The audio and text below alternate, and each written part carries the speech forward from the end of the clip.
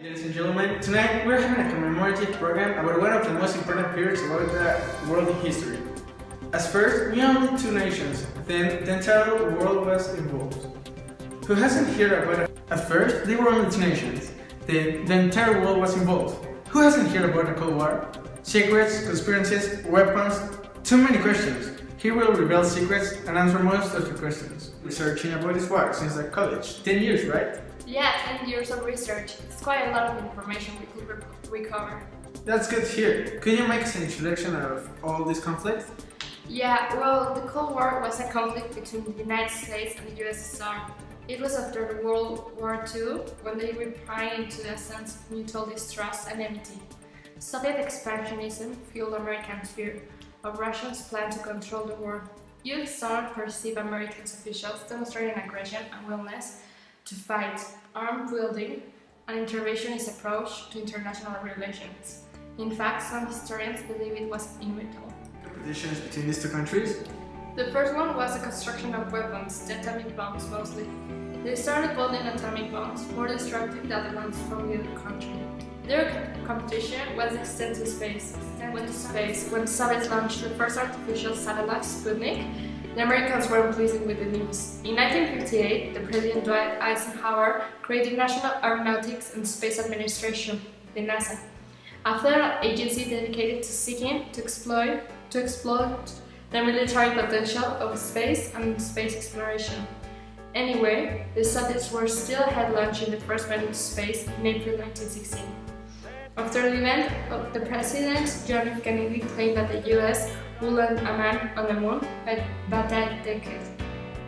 On July 20, 1969, Neil Armstrong of NASA's Apollo 11 mission became the first man to set foot on the moon, which made America a hero, but the Soviets, with their endless effort to transcend America and put the communist system power, turned into the ultimate villains. Law and imperialism, right?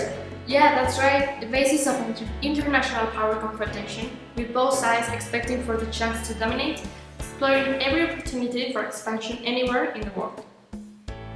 Thank you, man. To introduce you another person. His name is Mateo. Hello, Lothar. How are you doing? Great to meet you. That's amazing, bro.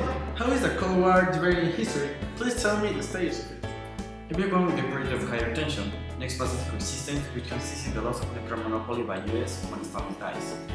In this period, some negotiations have been successful, but also there are conflicts like Cuba-Missile War in 1962 or Vietnam War. This is followed by a reborn of Cold War. This happened when Reagan was elected president of the United States, and then to the Cold War. Oh, I see. But what about Roosevelt and Truman?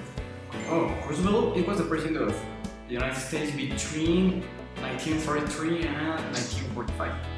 And he made the New Deal that contributes to the partial recuperation of the economy in the USA. Truman was the governor of the USA since 1945 after Roosevelt, and it was famous for the doctrine of Truman that is anti-communist. He started it in 1952.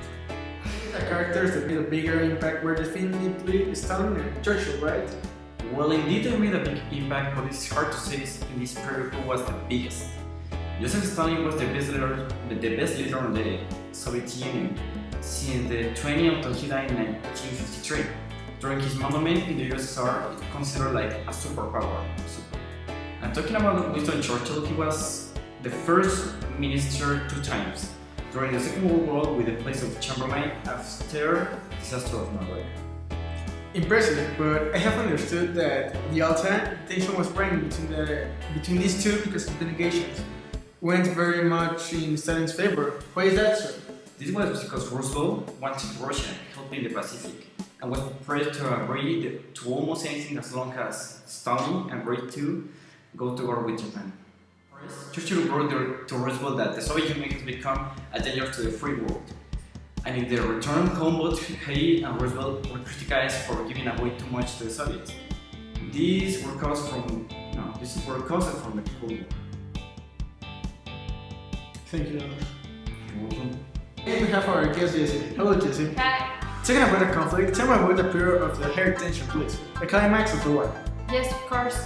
The higher tension phase was from the year 1947 to to 1953. This phase includes what is the Berlin Crisis, which began in 1947, and the Korean War, that was from the year 1950 to 1953.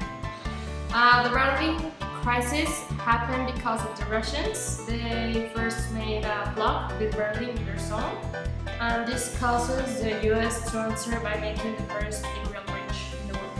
Okay, thank you, Jessie. You're welcome. And this was another special of our show. It was about the Cold War. And here were Jessica and Lothar Mateo. Bye. Thank you. See you again. See ya.